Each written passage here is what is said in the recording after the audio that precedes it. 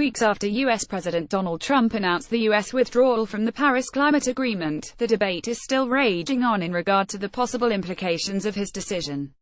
Some fear a global domino effect, with more countries renouncing climate protection pledges and ceasing domestic emission reduction efforts. Others argue that the Paris Accord's architecture is sufficiently resilient, and that efforts to keep global temperature increases to well below 2 degrees Celsius, as stipulated by the agreement, will endure. Activities at the subnational level in the U.S. also seem to support the argument that the agreement will prevail, and domestic opponents of Trump's decision have mobilized remarkably quickly. Cities and states with progressive climate policies joined forces across the U.S., committing themselves to honoring the Paris Agreement. For instance, support came via the bipartisan U.S. Climate Alliance of states, including heavyweights such as California and New York, and the We're Still In initiative, which involves hundreds of businesses, investors, and institutes of higher education. Moreover, these subnational players are linking up with leading nations to create innovative climate diplomacy networks. California and China have held talks to collaborate on emission reduction efforts, while several U.S. states have intensified climate cooperation with Canada. Though these developments enhance the Paris Agreement's chances of survival, they will not be enough. Fight for survival. The resilience of the agreement hinges on how other major emitters will react to Trump's break.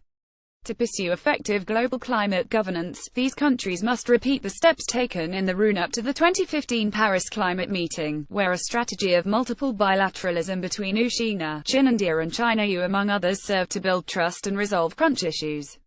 The emerging consensus among key emitters was translated into cooperation in the world's club governance fora G7, G20 and fed into the multilateral negotiations, leading to the Paris Agreement's ultimate entry into force.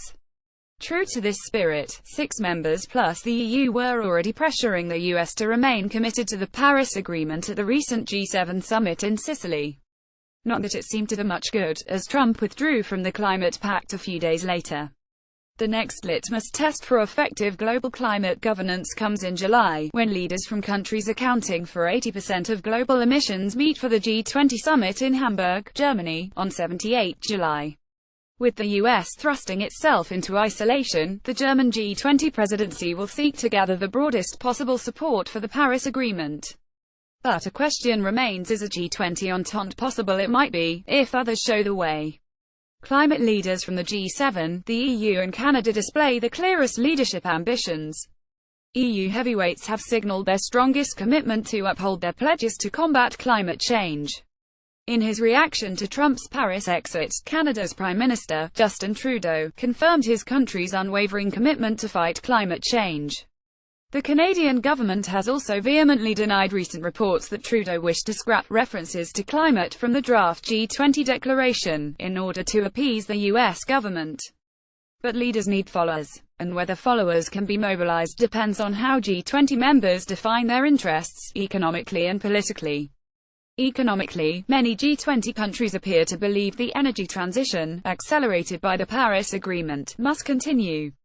Investing in low-carbon development is no longer seen as a burden on growth prospects. If anything, there is a growing consensus that Trump's decision will put the US at risk of lagging behind technologically. Politically, the relationship between G20 countries and the US particularly. The Trump administration is tricky. Are countries like Australia, Japan, Turkey and the UK willing to risk relations with the president of a key ally by adopting a confrontational attitude over climate change? The answer depends heavily on whether the German G20 presidency can dispel their concerns by convincingly demonstrating that the world is changing, because it is. Changing world. At a New Kina summit the day after Trump's announcement, a draft joint declaration on climate change characterized the Paris Agreement as an historic achievement, further accelerating the irreversible global low greenhouse gas emission and climate-resilient development, and outlined numerous joint actions. Although it was ultimately withheld due to trade-related differences, this declaration contains the blueprint for a shifting center of gravity in global climate governance to Eurasia. If supported by India's Prime Minister, Narendra Modi, who has reiterated support for the Paris Agreement, a solid pro-climate coalition including 3 of the world's top 4 emitters would emerge. Cooperation with Canada, and with the subnational forces in the US, could then provide additional momentum to convince other G20 members. As a major guiding forum, the G20 represents a test run for the future of global climate governance during the Trump era. The direction this governance will take depends heavily on the strength of emerging partnerships, and their ability to convince others to join them regardless of U.S. policies. If the will is robust enough, this multiple bilateralism could bring about the dawn of a new era, and the successful implementation of the Paris Agreement. If it fails, however, global climate politics faces a complicated, daunting future. Dr. Simon Schunz is a research fellow at the United Nations University Institute on Comparative Regional Integration Studies UNUCRIS, and a professor of EU International Relations and Diplomacy Studies at the College of Europe in Bruges. He is also a visiting professor at the University of Leuven.